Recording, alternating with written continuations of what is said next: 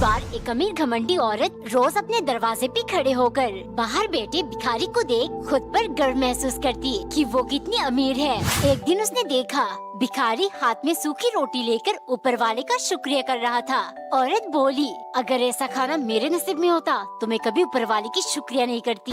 आदमी बोला, मैम साहब, ऊपर वाले ने मुझे खाना और अच्छी सेहत दिया, मैं इसीलिए बहुत शुक्रगुजार हूँ। लेकिन मुझे आश्चर्य हो रहा है, आप यहाँ कैसे?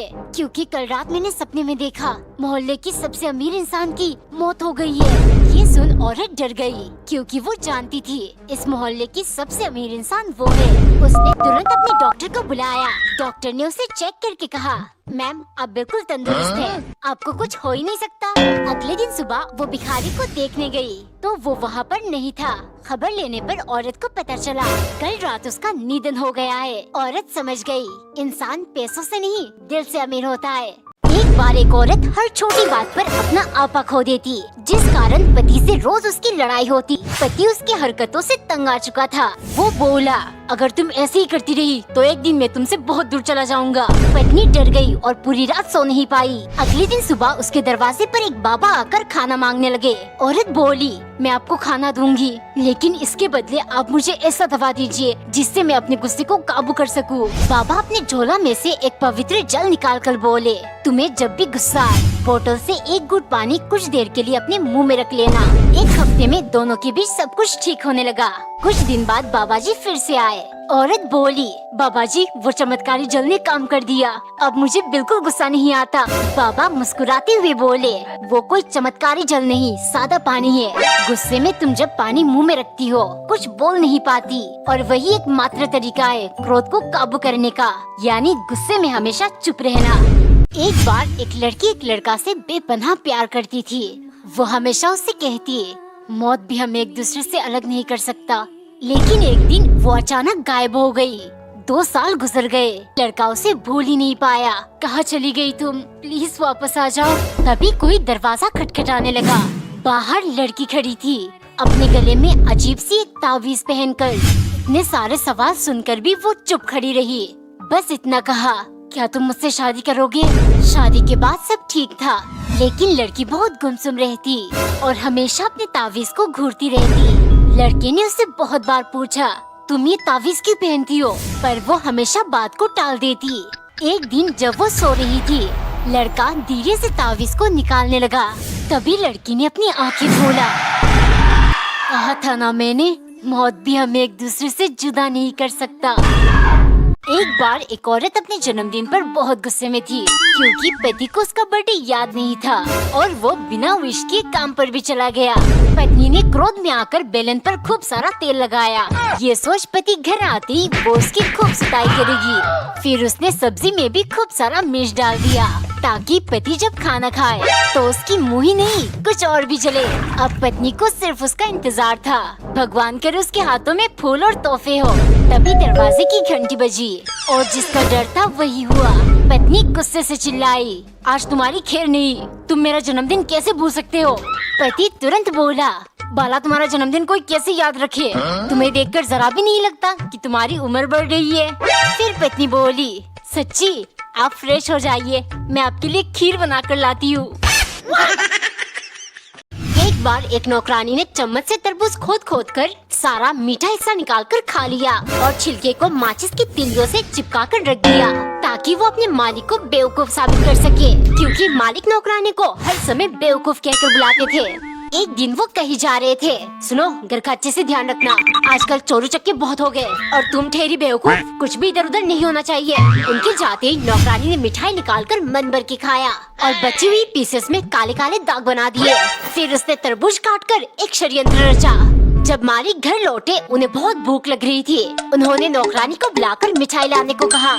ये देखिए मालिक, सारी मिठाई सड़ी हुई है, हलवाई ने आपको बेवकूफ बना दिया। रहने दो, मैं तरबूज खा लूंगा। जैसे ही उन्होंने तरबूज काटा उनके होश उड़ गए। ये क्या मालिक, तरबूज वाले ने आपको छिलका बेच डाला? आज पता चला मैं तो सिर्फ कहने के लिए बेवकूफ हूँ, असली बेवकूफ तो आप निकले। कमेंट में बताओ कैसा लगा नौकरानी का आइडिया। एक बार एक औरत पर उसका पड़ोसी जान छिड़कता था। वो हमेशा औरत के घर जाकर उसे अपने पति के खिलाफ भड़काता।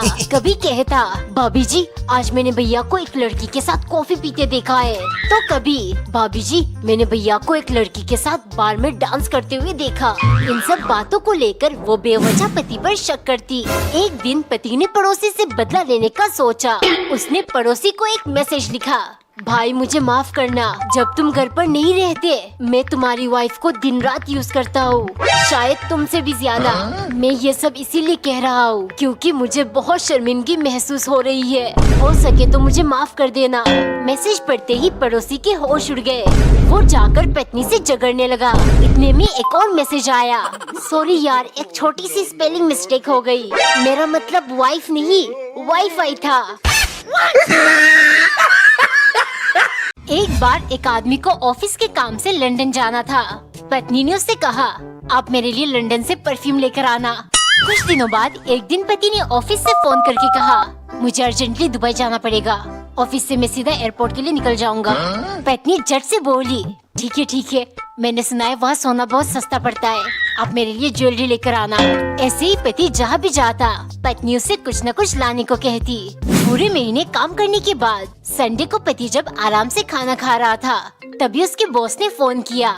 ये देख पत्नी खुश हो गई। वो पूछने लगी, बताओ आज आप कहाँ जाने वाले हो? फिर पति गुस्से से बोला, नर्क जाने वाला हूँ, तुम्हें कुछ चाहिए? पत्नी तुरंत बोली, नहीं भगवान का दिया हुआ सब कुछ है, तुम बस वहाँ अपना ध्यान रखना।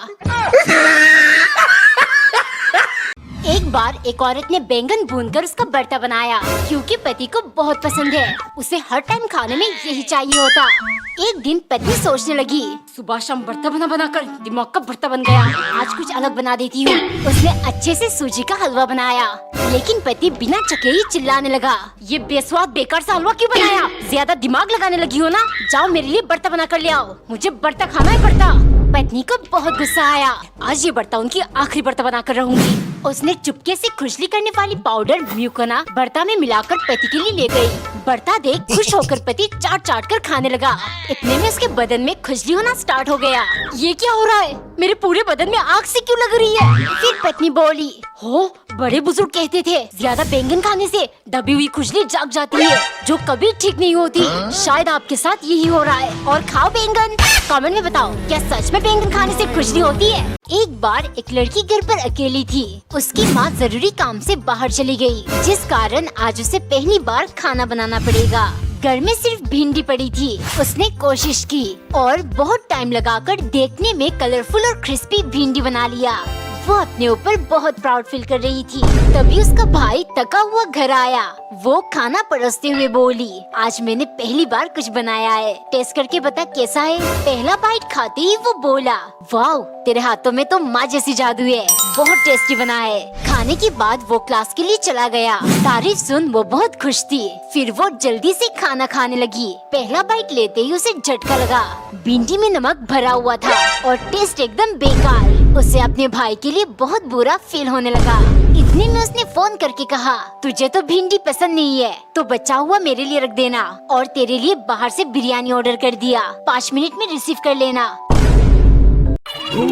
आखिर मैं अपना याददाश्त वापस कैसे लाऊं? पिछले पार्ट में नौकरानी ने सन की मालिक को हफ्ते के 3 दिन भूखा रख दिया था। परेशान होकर वो नौकरानी से जाकर बोले, भूखा रहने से भी कोई फायदा नहीं हुआ, आज तुम एक ऐसी चीज बनाकर खिलाओ जिसे खाते ही मैं इतना खुश हो जाऊं और मेरी याददाश्त वापस आ जाए।